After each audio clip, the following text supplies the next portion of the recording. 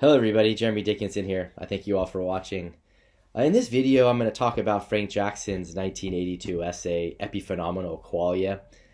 Now, I know you might be thinking that title is for the birds. It's too foreboding, and I agree that the paper could have had a better title, but I ask you to hang in there with me. Let me see if I can lay out the intuitive argument that Frank Jackson develops for the main conclusion of his paper, and then I'll say a couple things about the title if necessary toward the end of the video. It's really more important that you understand the argument that he develops in the paper. Let me see if I can say a couple things just by way of stage setting. So I'll do some stage setting. I'll dive into the argument or the series of arguments that lead to the conclusion that Jackson develops, and then if time, again, I'll say some things about the title. We needn't stress too much out about the title. So Frank Jackson, he's working in the philosophy of mind. He really is a powerful philosopher working in several different areas of philosophy. Philosophy of mind is where he's made major contributions.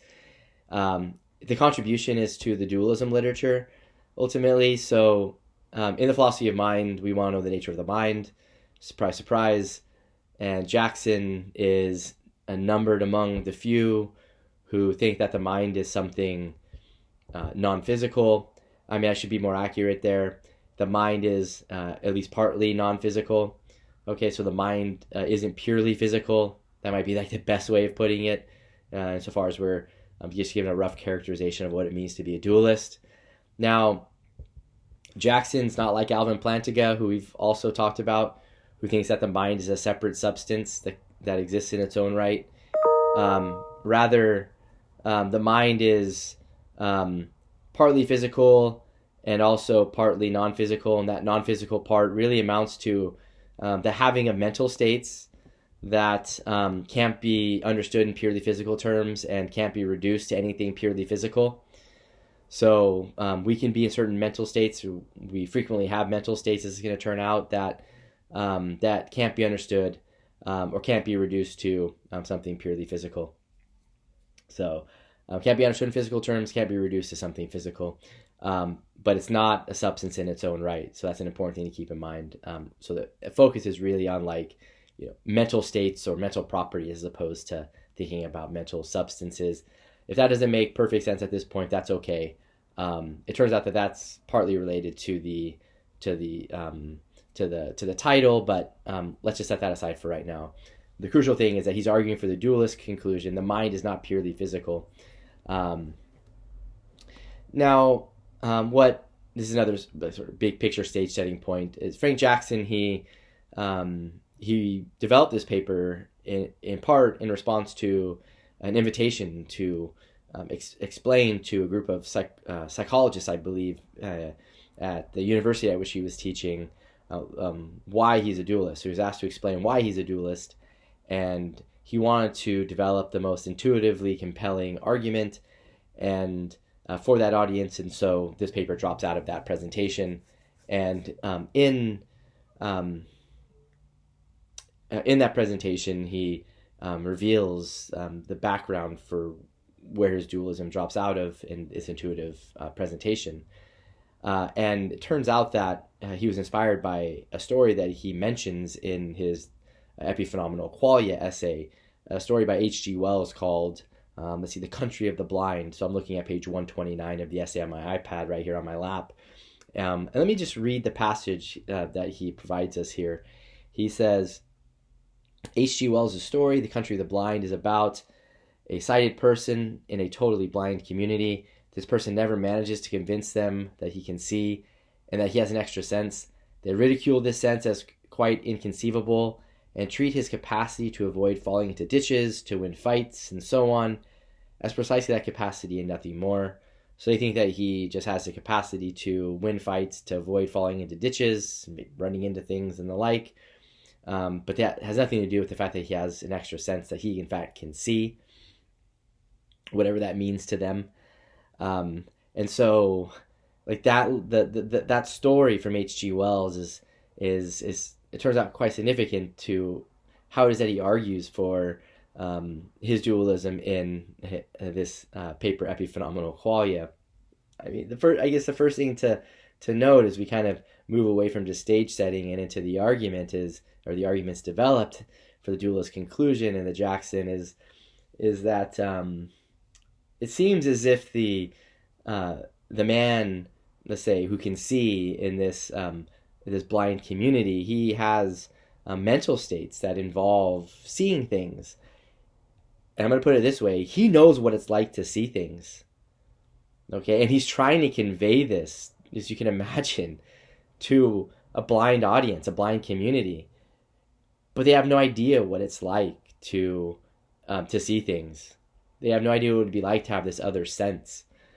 And this is really the kicking off point for developing Frank Jackson's argument for his dualism. There can be mental states that we're in, what it's like to be in these mental states, that are not reducible to something purely physical. Why not? Well, it's going to turn out that we can know all the relevant physical information without knowing what it's like to be right in those states. So we can know all the relevant physical information regarding, perception. That's going to be the running case, but of course it could involve hearing, it could involve the other sense modalities. We can know all the physical information. We can know how our perceptual apparatuses work. We can know how the brain interacts with our perceptual apparatus. We can know how light interacts with our eyes, our retina, and all the rest. Okay, we can know all this physically. Okay, but being in a state of mind, a mental state of mind, where you are having experiences of what it's like to perceive something, are such that they can't be understood purely in physical terms, that they are not purely physical. And so that's going to be the way that dualism gets argued for here. So as I mentioned, there are a couple different arguments that are developed for the same conclusion. They're really like thought experiments. They're cases that were given by Jackson. And the cases involves a man named Fred, who has really, really powerful color discrimination faculties in a way that we don't. So he can discriminate colors when we see no difference between the colors. Okay, and another case will involve a character named Mary, who knows everything there is to know physically about perceiving color, yet has never seen color. She's seen black and white, but she's never seen any of the other colors. So we'll begin with the Fred case and then move to the Mary case. So the paper title could have been Fred and Mary, What Do They Know? Or something like that. That would have been more intuitive. So I hope so far things are pretty clear. There are going to be these mental states that involve what it's like to experience things that can't be understood and or reduced to something physical. Okay. Presumably the relevant physical thing in question here would be the brain or the brain states. Okay. Just to point out the obvious. If it wasn't obvious, no worries. So we're given the Fred case on page 128 where it begins, actually. I won't read the entire case because it does take a couple of pages. This Jackson piece is short and it's sweet, and it's full of these cases, like three cases to think about, and they're really interesting cases. So please give this paper a read. It's really worth your time. A landmark piece in the philosophy of mind. And so this is where he begins, page 128 at section 1. People vary considerably, Jackson writes, in their ability to discriminate colors. Suppose that in an experiment to catalog this variation, Fred has discovered Fred has better color vision than anyone else on record. He makes every discrimination that anyone has ever made. And moreover, he makes one that we cannot even begin to make. Show him a batch of tomatoes, ripe tomatoes, so they're all red, and he sorts them into two roughly equal groups, and does so with complete consistency. That is, if you blindfold him and shuffle the tomatoes up, and then remove the blindfold and ask him to sort them out again, he sorts them into exactly the same two groups. Okay. What Frank Jackson goes on to say is, look, we can know everything physically about what's going on with Fred, but we have no idea, and we don't know what it's like to be Fred. We don't know what it's like to perceive color as Fred does, okay? And that means that there are certain mental states that Fred's in that can't be understood in physical terms, and that gets you dualism, if that case works. That case doesn't work, no worries, or no matter. We've got the next case, involves Mary. The Mary case gets discussed on page 130. And there, I'll just read part of the story again. I won't read the whole thing, but just to give you a sense of the Mary case. So Mary's a brilliant scientist who is, for whatever reason, tell your favorite sci-fi story, forced to investigate the world from a black and white room via a black and white television monitor. Suppose she's kidnapped. That's how you can get the relevant coercion or force. Again, tell your favorite story. She specializes in the neurophysiology of vision and acquires, let us suppose, all the physical information. The all is really important there. There is to obtain about what goes on when we see ripe tomatoes or the sky, supposed to blue sky, and use terms like red and blue and so on. She discovers, for example, just which wavelength combinations from the sky stimulate the retina, and exactly how this produces via the central nervous system the contraction of the vocal cords and expulsion of air from the lungs that results in uttering the sentence, "The sky is blue." And then she goes on, and then Jackson goes on to say in a parenthetical, "It can hardly be denied that it is in principle possible to obtain all this physical information from black and white television." Okay? So, again, we're supposed to, this is a possible case. The Fred case is just a possible case. It's not necessarily an actual one, of course. So we're imagining a thought experiment that gives us a possible case. This is Mary. Mary knows all the relevant physical information regarding our ability to perceive colors, okay, as I read in that case. Now, in order to establish that Mary doesn't have thereby all the knowledge, doesn't have all the information, she has all the physical, but doesn't have all the information, which would mean that the information that she would learn would be non-physical, right, is captured by imagining a bit more of the Mary case. Imagine Mary, she breaks free one day, and she walks outside, and she sees flowers, colorful flowers, right, on the hillside in front of her. She sees a blue sky. We could ask this question: does she learn anything new when she goes outside? And what Frank Jackson says, and what he thinks is very intuitive, and it does seem intuitive, at least at first, right? She learns something new. And if she learns something new, then it looks like she learns something non-physical. She learns what it's like to experience color. Before, she knew all the physical facts, but she didn't know what it was like to experience, right, the colors associated with all the physical facts regarding our perception of colors. So there you go. Dualism seems to be established. There are mental states that we can be in that go beyond the purely physical. Okay? The what it's likeness of experience. And that's what the word qualia means in the title of his paper.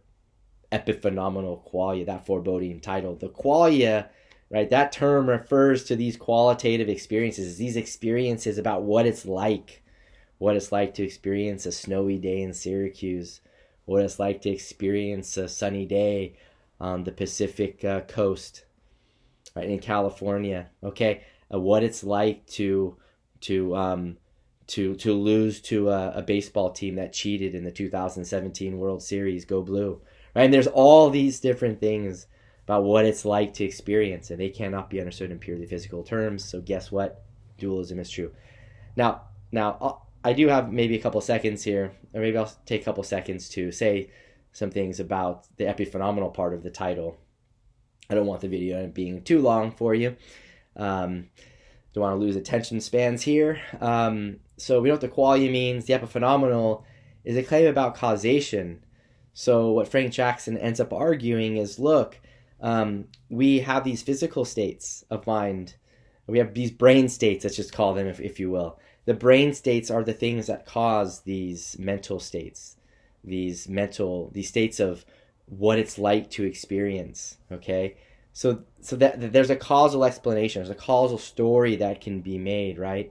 the physical, the brain causing these specific mental states that have this qualitative character, the qualia states, if I can put it that way. Frank Jackson calls himself a qualia freak, as you may have noticed in the paper. Kind of a cool title. He's a qualia freak. The epiphenomenal, again, it's a causal claim. Okay, I'm getting at it. I'm halfway there. Okay, the brain causes these mental states that we could be in, right? These non-physical mental states. Okay, but here's the epiphenomenal bit. Okay, what drives it all home.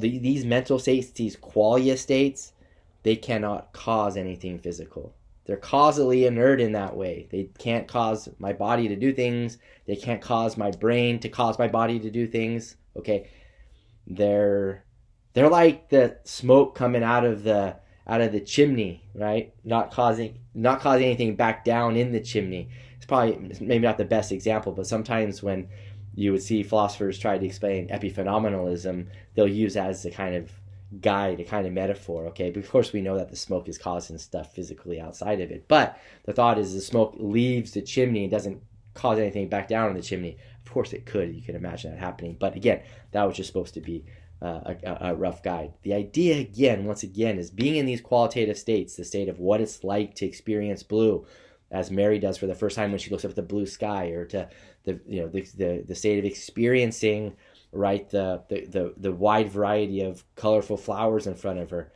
Those states don't cause anything in the physical world.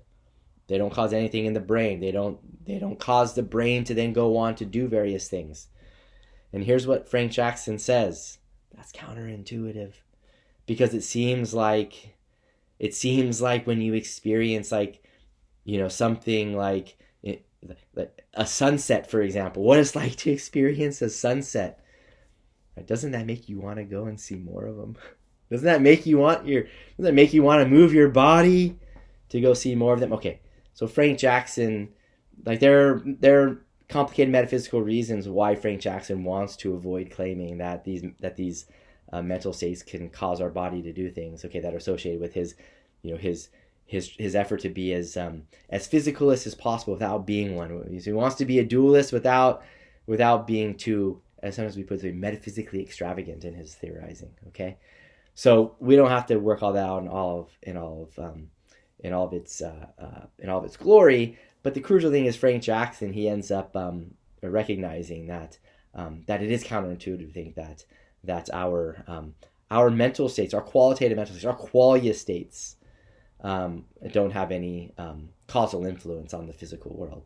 Okay, so the causal direction is one way. Sometimes we call this causal asymmetry. Okay, a symmetrical relationship would be one where the relationship goes both directions. Okay, so being a sibling of, that's a relation, isn't it? So, so if A is a sibling of B, then B is a sibling of A. So that's a symmetrical relationship. An asymmetrical one might be captured by thinking about like the parent of relation. So A is a parent of B. If A is a parent of B, B can't be a parent of A. Okay, so the epiphenomenal relationship is an asymmetrical one like that. Okay, but here we're talking about a causal relationship. The epiphenomenal relationship is a kind of causal relationship, which is asymmetrical in the way that I've tried to identify. Okay, I probably said too much about that. I hope I didn't confuse that. Hopefully I clarified. We've got Frank Jackson's knowledge argument. The knowledge argument gives us the Fred case and the Mary case. We think carefully about them. We see that there are aspects of the mind that cannot be understood in purely physical terms. That's the important bit. What are those mental states? Those mental states are states of what it's like to experience, whether it's a blue sky, a red tomato, right, et cetera, et cetera. There's a beautiful sunset, okay, and then the last bit there, the last few minutes have been going back and saying some things about just the title of the essay. And if you're still not clear on it, that's totally fine. Hopefully you just understand how the dualist conclusion is arrived at using these intuitive cases. Thanks for watching, everybody, and be on the lookout for videos in the future. All right, be well.